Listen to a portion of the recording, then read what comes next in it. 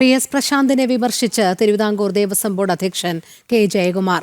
മണ്ഡലകാലത്തിന് മുന്നോടിയായി ശബരിമലയിൽ മുന്നൊരുക്കങ്ങൾ നടത്തുന്നതിൽ ബോർഡിന് വീഴ്ച പറ്റിയെന്ന വിമർശനം. താനൊരു അയ്യപ്പ ഭക്തനായതിനാൽ ദർശനം കിട്ടാതെ ഭക്തർ മടങ്ങിപ്പോയതിൽ വിഷമമുണ്ടെന്നും പ്രതികരണം. വരും ദിവസങ്ങളിൽ ഭക്തർക്ക് സുഗമമായുള്ള ദർശനം സാധ്യമാക്കുമെന്നും കെ ജയകുമാർ പറഞ്ഞു. മണ്ഡല മകരവിളക്കിന് മുന്നോടിയായുള്ള ശബരിമലയിലെ മുന്നൊരുക്കങ്ങളിൽ വീഴ്ച സംഭവിച്ചതിനാണ് മുൻ ദേവസ്വം ബോർഡ് പ്രസിഡന്റിനെയും ഭരണസമിതിയെയും തിരുവിതാംകൂർ ദേവസ്വം ബോർഡിലെ നിലവിലെ പ്രസിഡന്റ് കെ ജയകുമാർ വിമർശിച്ചത്. വൃശ്ചികം 1-ന് നട തുറന്ന ശബരിമലയിൽ കഴിഞ്ഞ 2 ദിവസമായി ദർശനത്തിനെത്തുന്നത് ലക്ഷക്കണക്കിന് ഭക്തരാണ് അടിസ്ഥാന സൗകര്യങ്ങളില്ലാതെ വലയുന്നത്.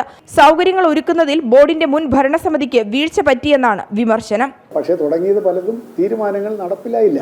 ക്രൂഷ്യൽ ടൈമാണ് അത്. പല കാര്യങ്ങളും തീരുമാനങ്ങളിലേക്ക് വന്നെങ്കിൽ അത് പ്രവൃത്തി പഥത്തിൽ വന്നില്ല, നടപ്പിലായില്ല.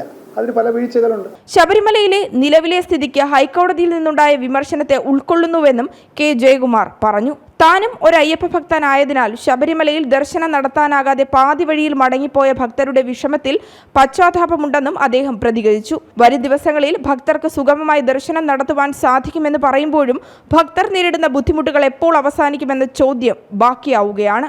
ജനം, തിരുവനന്തപുരം.